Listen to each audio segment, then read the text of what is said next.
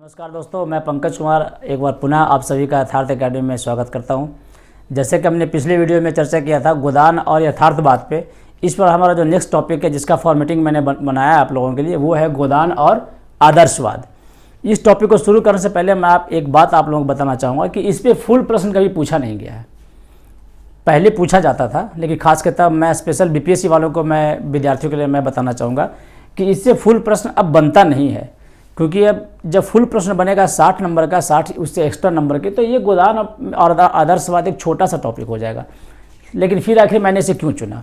इसके चुनने के दो वजह हैं। पहला कि अगर गोदान और यथार्थवाद का प्रश्न पूछता है तब भी आपको गोदान और यथार्थवाद में आपको आदर्शवाद की चर्चा करनी ही पड़ेगी, या आपको टिप्पणी में पूछ दे, या आपको किसी और प्रस्टेक्स्ट में पूछ दे, किसी और संदर्भ में पूछ दे गोदान में आदर्शवाद कहाँ कहाँ है, तो आपको ये टॉपिक मदद करेगा। जैसा मैंने फॉर्मेटिंग किया था, मैं प्रयास करता हूँ कि फॉर्मेटिंग आपको और छोटा हो ताकि आपको समझने में आसानी हो। तो चलिए हम शुरू करते हैं। जैसा हमने पहले कहा था कि आदर्शवाद, तो गोदान और आदर्शवाद, तो मैंने हमेशा आपको याद दिलाना चाहता हूँ कि सबसे पहले प्रश्न को पढ़ें और प्रश्न के जो कोर कंटेंट है उसको समझने का प्रयास करें कि आखिर प्रश्न की डिमांड क्या है, आखिर प्रश्न में पूछना क्या चाह रहा है एग्जामिनर। ऐसा नहीं कि आप जाते ही लिखना शुरू कर दें। जैसे ये प्रश्न है गोदान और आदर्शवाद, तो सबसे पहले आपका नेचुरल प्रश्न उठता है दिमाग में, उठना चाहिए भी कि आखिर आदर्शवाद क्या है, आदर्शवाद क्यों है, आदर्शवाद कहाँ कहाँ है। तो आदर्शवाद क्या है इस पे हम लिखेंगे कुछ पंक्तियाँ। आदर्शवाद क्या है, जैसे मैंने बताया था कि यथार्थवाद में नो रेडीमेड सॉल्यूशन। यथार्थवाद में तो नो रेडीमेड सॉल्यूशन है, आदर्शवाद में क्या रहेगा, रेडीमेड सॉल्यूशन रहेगा। सॉल्यूशन खुद लेखक देगा, यहाँ पे लेखक सॉल्यूशन देगा। कैसे देगा? हृदय परिवर्तन करके देगा। जैसे पिछले वीडियो में मैंने बताया था आपको कि प्रेमचंद के प्रीवियस कहानियों में, उनके उपन्यासों में एक ट्रेंड था, एक प्रकृति था इनके, ये था कि सबसे जो दुष्ट प्रवृत्ति का भी जो पात्र हुआ करता था वो उपन्यास या कहानी के अंत में आते आते उसका हृदय परिवर्तन हो जाता था और पाठक की सहानुभूति बटोर कर ले जाया करता था। इसे हम सुखांत कहते हैं।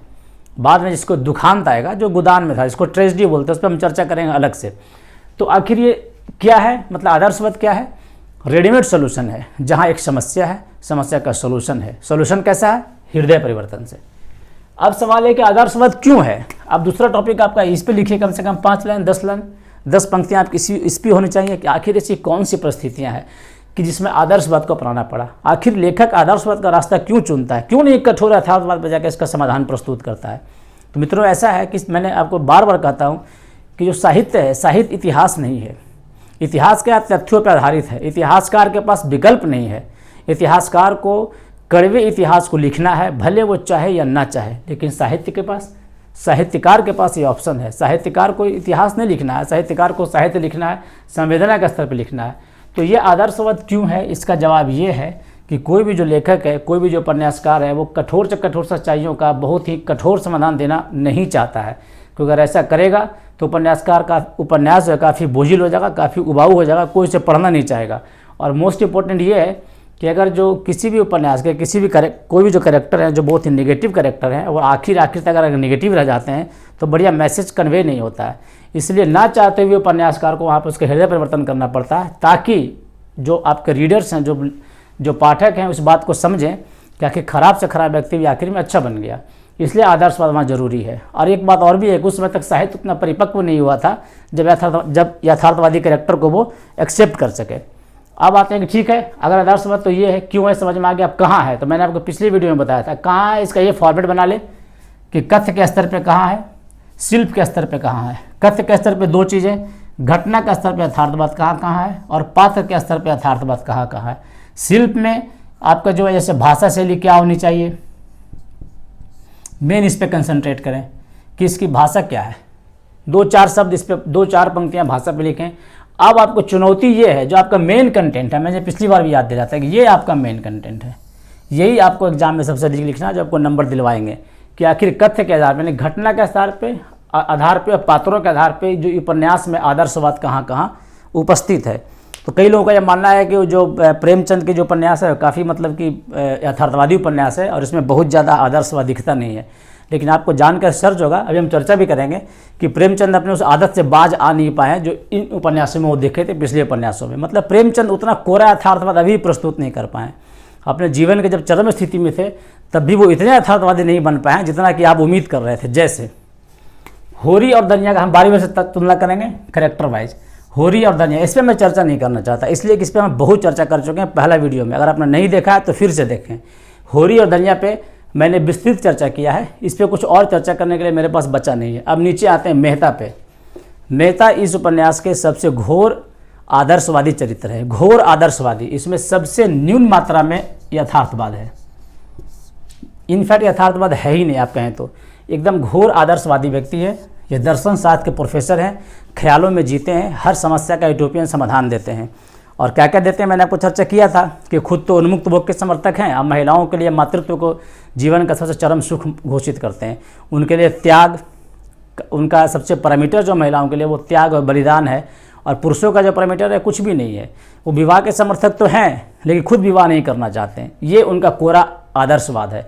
तो आपका ये आदर्शवाद इस पात्र में सबसे ज़्यादा उपस्थित है। अगर पात्र पे आदर्शवाद पे लिखना हो तो सबसे ज़्यादा आप लिखेंगे मेहता जी पे, कम से कम 10 पंक्ति मेहता जी पे लिखें। इनके यथार्थवाद की धज्जियाँ उड़ाते हैं, इनफैक्ट इनके आदर्शवाद की। ये जो कोरा आदर्शवाद जो ये बाँचते फिरते हैं पूरे गोदान में, इनको बढ़िया से इनके ऊपर लिखें और जमकर इनके ऊपर लिखें। सबसे भयानक आदर्शवादी कैरेक्टर यही है। ये होरी के जस्ट अपोजिट हैं। इनफैक्ट अब कहा जाए तो अगर पूछें कि प्रेमचंद कहाँ उपस्थित हैं तो होरी के कृतित्व में, और होरी के कृतित्व में मेहता के थॉट में, विचारों में। अगर इन दोनों को मिला दें तो जो तीसरा व्यक्ति बनेगा वो प्रेमचंद बनेंगे। अब देखते हैं आगे मालती और गोबर। मित्रों जैसे मैंने आपको चर्चा किया था कि गोदान का जो सर्वाधिक प्रगतिशील चरित्र मुझे यही लगे थे, मालती और गोबर। सबसे अधिक संभावनाओं वाले चरित्र, सबसे अधिक परिवर्तन चरित्र, सबसे अधिक जिनमें चेंजेज आता है। गोबर देखिए एकदम उग्र है, बाद में सीधा हो जाता है, होरी जैसा चित्र बन जाता है। मालती जितनी ही उन्मुक्त भोगवादी है, भोग विलासी दिखती है, अंत में उतनी सेवा वाली बन जाती है। लेकिन एक मिस्टेक यहाँ पे गोदान में दिखती है जो मैं चाहूँगा गोदान पढ़ते समय आप खुद रियलाइज करें, मेरी बातों विश्वास ना हो रहा हो तो, और असंभव हो तो इसको लिखें कि मालती का जो ये जो कैरेक्टर जो मैंने लिखा है यहाँ पे, मालती, गोबर, हीरा, मातादीन, ऐसे और भी हैं लेकिन ये मेन कैरेक्टर है। जो कितना वक्त आपके पास नहीं है आदर्शवाद पे लंबी कहानी लिखने की, तब इन कैरेक्टर पे कंसंट्रेट करें। मालती का हृदय परिवर्तन होता है। आखिर मालती का हृदय परिवर्तन क्यों होता है? यहीं पे प्रेमचंद पकड़े जाते हैं। यहीं पे साबित हो जाता है कि प्रेमचंद अभी भी आदर्शवाद के मोह से पूरी तरह नहीं उभरे हैं। मालती का हृदय परिवर्तन होता है मित्रों कब? जब सरोज के कॉलेज में मेहता साहब भाषण देते हैं और स्त्रियों के लिए मातृत्व को उनका मेन उद्देश्य घोषित करते हैं और सेवा भक्ति को उनको मातृत्व का पुरस्कार मानते हैं और खुद के लिए उन्मुक्त भोग की ये करते हैं, प्रशंसा करते हैं या उसकी कामना करते हैं। तब मालती को लगता है कि मेहता वो व्यक्ति नहीं है जिसकी उनकी खोज थी, और मेहता को वो रिजेक्ट कर देते हैं। लेकिन इसके बाद मेहता को रिजेक्ट करने के बाद मालती में हृदय परिवर्तन होता है। जैसा मैंने फिर से पिछले वीडियो में कहा था कि मालती उस समय भी उसको रिजेक्ट कर सकती थी मेहता को, जब मेहता ने कहा था कि प्रेम एक खूंखार शेर है। मालती नाराज हुई थी। मालती ने उस समय रिजेक्ट नहीं किया, इस समय रिजेक्ट किया। वो इसलिए किया क्योंकि अब प्रेमचंद को गोदान को समेटना था। तो जब गोदान को उनको समेटना है तो अचानक से मालती के हृदय परिवर्तन हो जाता है। तो मालती के हृदय परिवर्तन के पीछे कोई बहुत बड़ी घटना मुझे गोदान में दिखाई नहीं पड़ती है। अगर आपको लगती है तो आप कमेंट बॉक्स में कमेंट करें, मैं व्यक्तिगत रूप से उसका जवाब दूंगा आपको। अगला जो कैरेक्टर है गोबर। गोबर इस उपन्यास का सबसे प्रखर कैरेक्टर था, सबसे अधिक संभावनाओं वाला कैरेक्टर। एक ऐसा कैरेक्टर जिसके अंदर चेतना थी, एक ऐसा कैरेक्टर जो चीज़ों को समझता था, जिसको राजनीतिक समझ थी, एक ऐसा कैरेक्टर जो शोषण के प्रत्येक एलिमेंट्स को, प्रत्येक तत्व को समझता था। वो जो सामंतवादी और पूंजीवाद का गठजोड़ है उसको समझने वाला एकमात्र कैरेक्टर जो इस उपन्यास में है वो गोबर है। ये कैरेक्टर और निखर सकता था और प्रखर हो सकता था, और उपन्यास के अंत में आते आते जब इसका व्यक्तित्व और निखरना चाहिए था, अचानक से प्रेमचंद ने इनका हृदय परिवर्तन करा दिया। प्रेमचंद यहाँ भी बाज नहीं आए और अपने आदर्शवादी जो कोरा आदर्शवाद का उनका जो थॉट है, अपना व्यक्तिगत थॉट, उससे वो बच नहीं पाए और गोबर जैसे प्रखर व्यक्तित्व का उन्होंने हृदय परिवर्तन करा दिया बिना वजह के। कैसे? अब देखिए मैं याद दिला दूँ, और गोदान पढ़ा आपने तो, नहीं तो फिर से पढ़ लें। गोदान में गोबर का हृदय परिवर्तन कब होता है?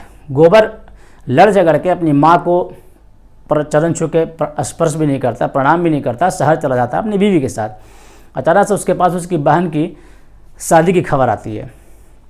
गोबर अचानक से हृदय परिवर्तन हो जाता है कि भाई माँ बाप से कब तक बिगाड़ करके रखेंगे, हमें जाना चाहिए, पिछली बहन की शादी भी नहीं गया था, लोग क्या कहेंगे। गोबर का जो हृदय परिवर्तन है वो किसी परिस्थिति जन्य नहीं है। अगर गोबर का हृदय परिवर्तन परिस्थितियों के अनुसार होता तो मैं मान लेता कि इसमें लेखक का हस्तक्षेप नहीं है, लेकिन लेखक ने ज़बरदस्ती इसका हृदय परिवर्तन करवाया है और एक उपन्यास के सबसे प्रखर और सबसे ज्वलंत जो कैरेक्टर है उसकी लगभग हत्या कर दी है। और गोबर का जो आखिरी रिफॉर्म है, गोबर जब रिफॉर्म होकर जब वापस गाँव में आता है तो पाठक कम से कम मैं तो निराश ही हो जाता हूँ कि जिस व्यक्ति से मैं क्रांति की उम्मीद करता था वो व्यक्ति आज भीरू और दब्बू बन के उसके साथ होरी के साथ आज कंधे से कंधे मिला के शोषण के सामने सरेंडर कर चुका है। तो ये जो हृदय परिवर्तन है ये आदर्शवाद का सीधा साधा एकदम एग्जाम्पल है, गोबर का हृदय परिवर्तन। दूसरा आप देखिए अगला कैरेक्टर है हीरा। हीरा आप जानते होंगे गाय को विष देकर भाग जाता है और अचानक से जब होरी की जब उपन्यास का जब समाप्ति हो रही होती है तो हीरा वापस आता है। अब मैं एक चीज़ बताना चाहूँगा, ये जो गोदान मेरे हाथ में है, अगर आपके पास भी हो तो आप देख लेंगे, ये 327 पेज की बुक है, 327 पेज इसमें है। 326 पेज पे 326 नंबर के पेज पे हीरा वापस आता है और 327 नंबर पे होरी की मृत्यु हो जाती है। आप इसको ध्यान से कनेक्ट करें। मैं कहना क्या चाह रहा हूँ, मैं कहना चाह रहा हूँ कि प्रेमचंद आदर्शवाद के मोह से उभर कैसे नहीं पाए। जब होरी के जीवन में सब कुछ बढ़िया हो रहा होता है, होरी के बेटा वापस आ चुका होता है, होरी का जो ऋण चुकाने की जब होरी की बेटी की शादी हो चुकी होती है तो होरी को हत्या करने, होरी को मरने की क्या आवश्यकता थी? आखिर ऐसी कौन सी परिस्थितियाँ थी जिससे होरी को मरने के लिए विवश होना पड़ा? और होरी मर क्यों नहीं रहा था? जब होरी को मरना ही था तो होरी मर क्यों नहीं रहा था? होरी की तो हर इच्छा पूरी हो रही थी, हर चीज़ें सही चल रही थी, एक चीज़ कमी रह गई थी, वो थी हीरा का वापस नहीं आना। हीरा वापस नहीं आया था, होरी की मृत्यु हीरा का इंतजार कर रही थी। और जैसे ही 326 नंबर के पेज पे हीरा वापस आता है, 327 नंबर के पेज पे होरी की मृत्यु हो जाती है, क्योंकि प्रेमचंद ने होरी की मृत्यु डिसाइड कर लिया था। प्रेमचंद ने गोदान लिखने से पहले ही डिसाइड कर लिया था कि होरी की तो मृत्यु तय है। इसलिए उपन्यास को समेटने के क्रम में आखिर के 10-25 पन्नों में सारे पात्रों का धड़ाधड़ हृदय परिवर्तन शुरू हो जाता है। और एक कमी अभी भी रहती है, जो हीरा नहीं आता है।